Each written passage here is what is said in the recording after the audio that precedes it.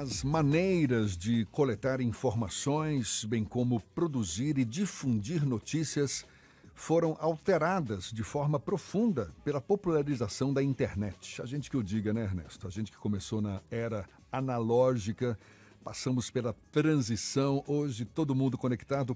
Pois é. Trabalhamos com máquina de escrever nas redações, vivemos isso. Não faz tanto tempo assim não, gente, é porque a tecnologia foi rápido. A gente sabe que a rede afetou os veículos de comunicação tradicionais que, além de utilizarem a internet em pesquisas, também buscaram marcar presença nesse novo mundo por intermédio da criação de sites próprios.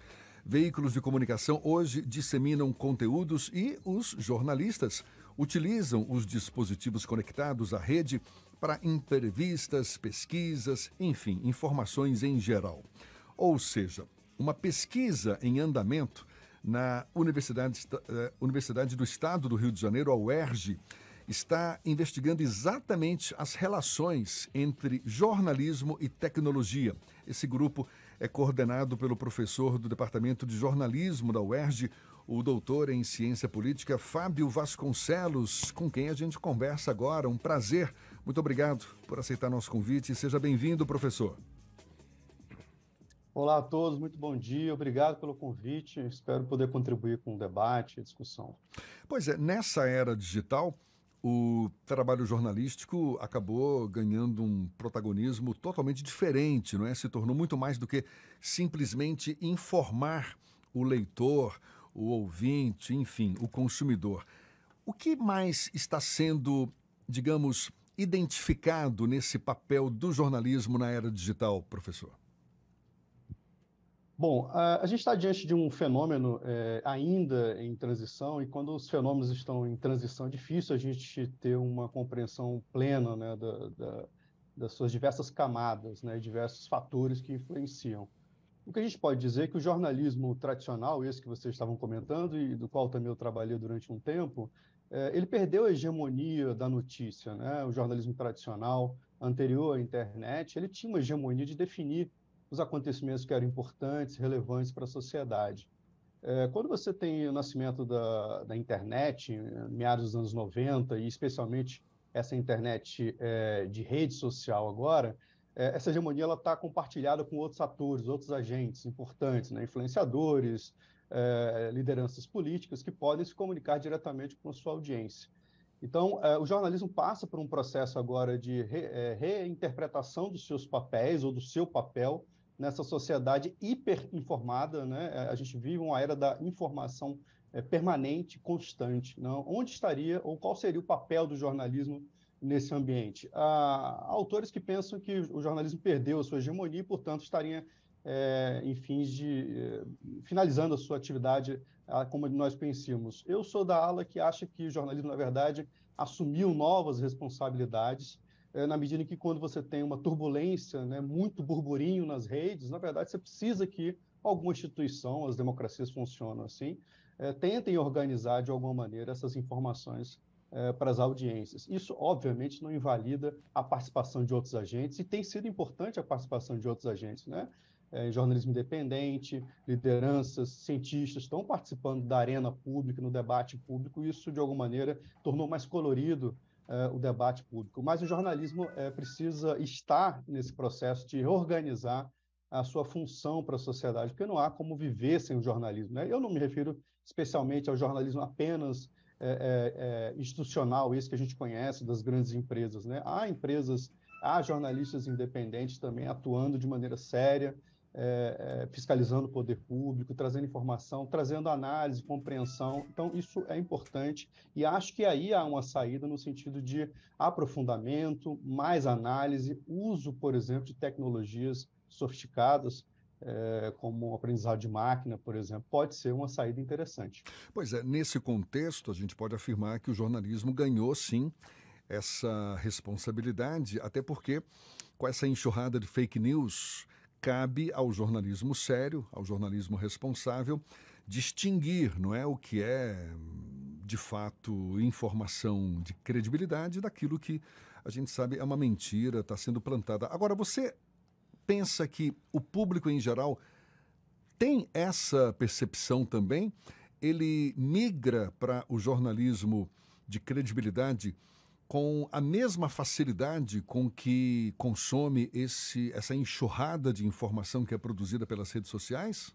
Existe esse discernimento identificado entre as pessoas em geral?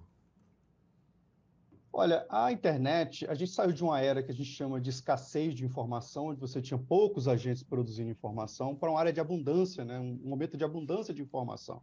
Isso, de fato, cria muito burburinho, bagunça muito a discussão pública, e o custo de participação nesse mundo digital, nessa que a gente chama de democracia digital, ela caiu fortemente, né? Muito fácil você abrir um aplicativo no celular e publicar qualquer coisa, qualquer foto. Então, o custo de participação decresceu muito. E isso, obviamente, possibilitou, ou é uma das possibilidades que facilitam a enxurrada de notícias falsas, boatos que acabam virando notícias exatamente pela circulação. Então, você tem um fenômeno dentro do mundo digital, das redes sociais, que o conceito de verdade ele está muito mais próximo está todo mundo reproduzindo, está todo mundo falando, logo isso pode ser verdade. No modelo anterior à internet, você tinha os portões, né, os gates do jornalismo profissional, obviamente com críticas, a gente tem uma perspectiva crítica em relação a isso também, mas que havia ali alguma tradição, havia ali alguma pedagogia no sentido de apurar, depurar o que de fato pode ser verdade, o que é mentira. Então, você tem aí essa bagunça nesse momento agora que cria e perturba para a audiência, o cidadão comum, distinguir o que é verdadeiro e o que é falso. Não é fácil, né? As fake news, elas têm exatamente como princípio a reprodução, né? Espelhar uma linguagem jornalística, né? O que confunde ainda mais a audiência no sentido de distinguir o que é verdadeiro e o que é falso, porque é um dos princípios de quem produz fake news, né? Reproduzir certa linguagem, certos formatos do jornalismo tradicional. Olha que curioso, né? E paradoxal. A fake news, que obviamente trata de um conteúdo falso, utiliza uma linguagem e um formato do jornalismo profissional que tem lá sua confiança, sua credibilidade, o seu contrato com a sua audiência. Então, é esse momento que a gente vive de transição.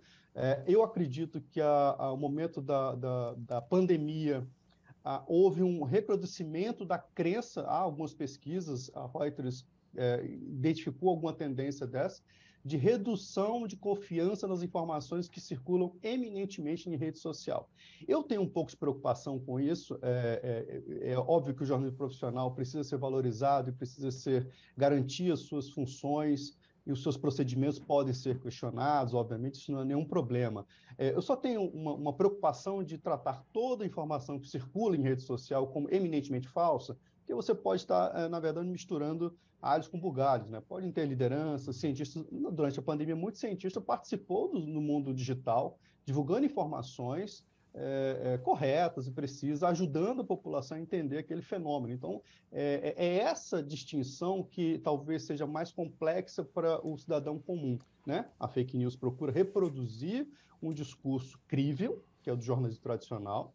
O mundo digital não tem só fake news, tem também pessoas, lideranças informando e passando análises importantes e relevantes para a sociedade. Então, essa distinção, eu acredito que a pandemia pode ter ajudado um pouco, porque você teve ali uma maior confiança nas informações, uma maior atenção às informações que vinham do jornalismo profissional, né, no sentido de trazer a informação mais precisa, mais correta sobre aquele momento, né, que passávamos. Fábio, bom dia, Ernesto aqui.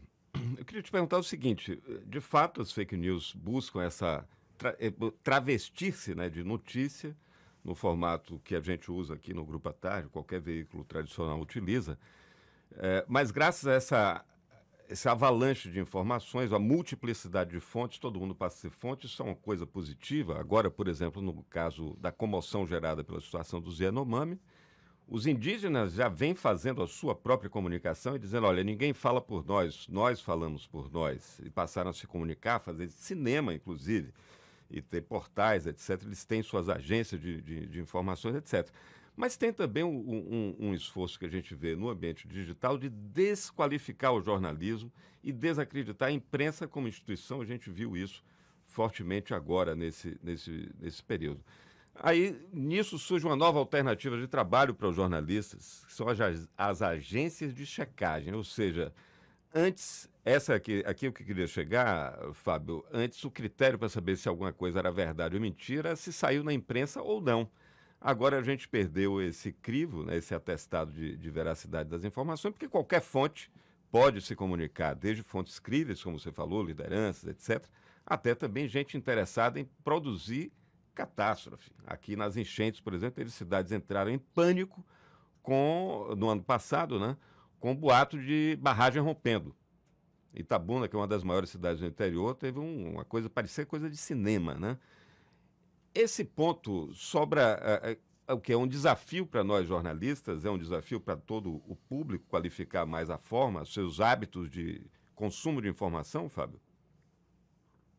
Sem dúvida, um programa como esse que traz a discussão do próprio jornalismo para dentro de um programa jornalístico cumpre essa função social muito importante, né? É preciso haver mais esse debate, é preciso que outros pesquisadores participem de outros veículos levando essa discussão, porque faz parte de um processo pedagógico, né, de informar como é que é o processo de produção de notícia. Eu acredito que tem um problema que passa, obviamente, pela audiência, que é uma ausência, uma falta de compreensão do que é notícia, do que é opinião, né? Muita opinião é vendida como notícia nas redes, e muita notícia é vendida como opinião. Então, você tem aí um conflito de compreender quais são esses gêneros, né, que são distintos, opinião livre, as pessoas podem opinar e se colocarem, se posicionarem.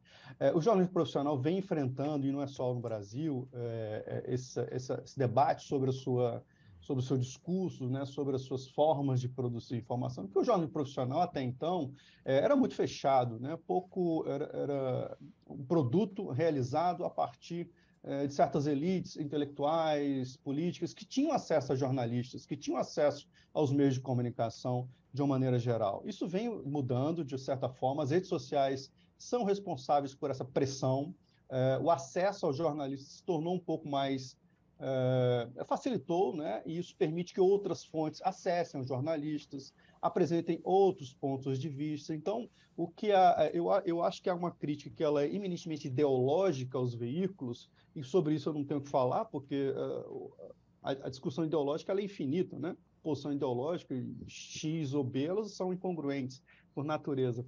Agora, a discussão sobre os métodos, sobre os erros, sobre a transparência do jornalismo, eu acho essa super válida, não acho ela uma crítica de liquidação do jornalismo, mas talvez de qualificação desse jornalismo, né? Que o seu discurso seja mais transparente, seja mais diverso. Acho que há um caminho, o que a gente observa é uma transição para esse caminho, né? Óbvio que pode ser que não seja perfeito, mas há agora uma tentativa de alguns veículos, a gente observa, de dar mais diversidade às suas vozes, às suas fontes, né? São esses atores, essas fontes, o caso Yanomami é exemplar disso, que dá um colorido e melhora a nossa compreensão da realidade. Jornalismo nada mais é que uma primeira interpretação muito superficial da realidade dos fatos, né? E depois isso vai se dar um debate público para qualificar, ampliar, aprofundar. Então, se essa primeira discussão pode ser mais diversa, ela é muito mais rica. Fábio. Então, acho que tem aí só um ponto importante que você mencionou das agências checadoras, é muito interessante, né? Porque o jornalismo, a etapa da checagem, ela é anterior à publicação da matéria, né? O jornalismo tradicional, uma das etapas da apuração é a checagem, a validação da informação.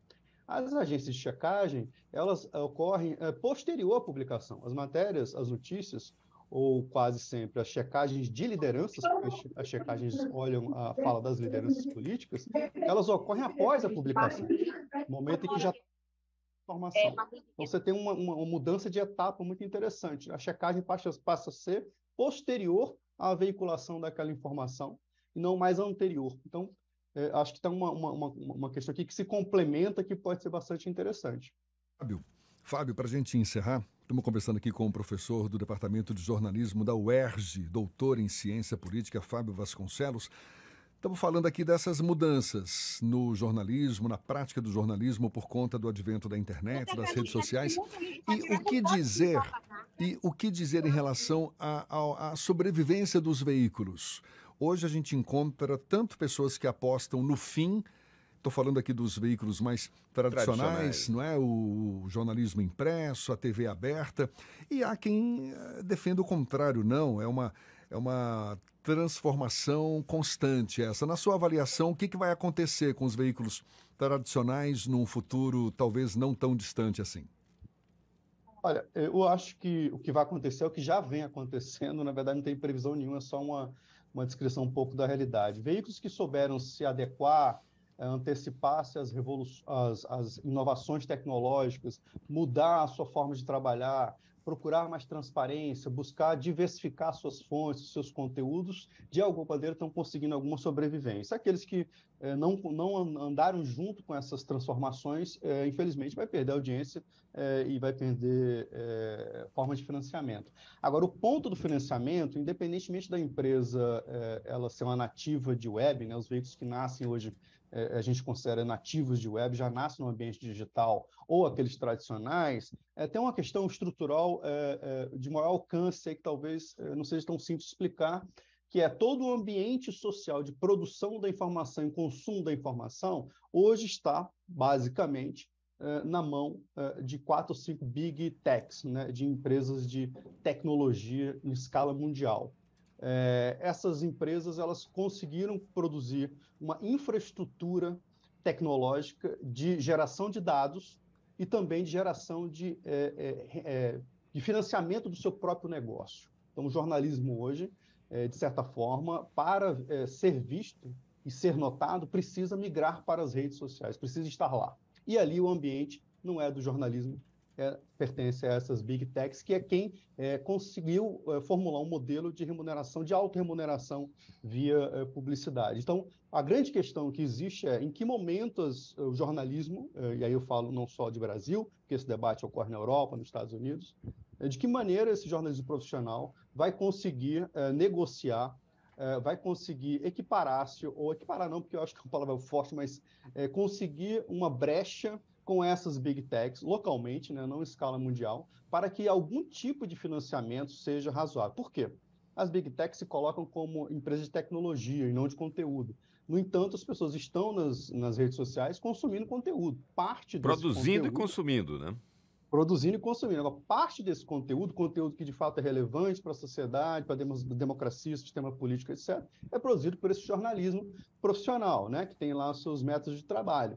Quem financia esse jornalismo? Né? Se você produz um conteúdo e coloca lá numa rede social, todo clique que ela tiver e a pessoa não for para o seu site, fica com a rede social. O financiamento fica todo lá. Então, há um desequilíbrio aqui muito significativo. Os custos e a responsabilidade social de produzir bom jornalismo está com as empresas de jornalismo, né? Independentes, os freelancers, está com essa categoria profissional ou esse setor da indústria de informação. No entanto, a rentabilidade, os lucros, a receita de conteúdos já não está exclusivamente com ela. Foi para empresas de tecnologias que não se colocam como produtores de conteúdo. De que maneira isso precisa ser discutido? Isso é uma grande questão, isso não é uma questão pequena, não. Isso envolve, inclusive, qualidade da informação em sistemas democráticos. Qualidade da informação é um elemento, um fator determinante para a qualidade das democracias. Maravilha. Que informação está circulando lá? Como é que esses algoritmos são operacionalizados? Por que a parte dessa renda, desse anúncio, também não pode ser financiar o jornalismo profissional? Então, esse é um debate irrelevante. Ou a gente vai ficar só dependente do que o leitor produz e coloca nas redes. Essa é uma questão em aberto. Boa discussão essa. Valeu, Fábio Vasconcelos, que é doutor em ciência política, também professor do Departamento de Jornalismo da UERJ, Universidade do Estado do Rio de Janeiro. Muito obrigado pela sua disponibilidade. Até uma próxima. Bom dia para você. Obrigado a vocês, obrigado pelo convite. É importante essa discussão, se sempre precisarem, é só chamar. Grande abraço. Abraço. Agora 8h50 na Tarde FM.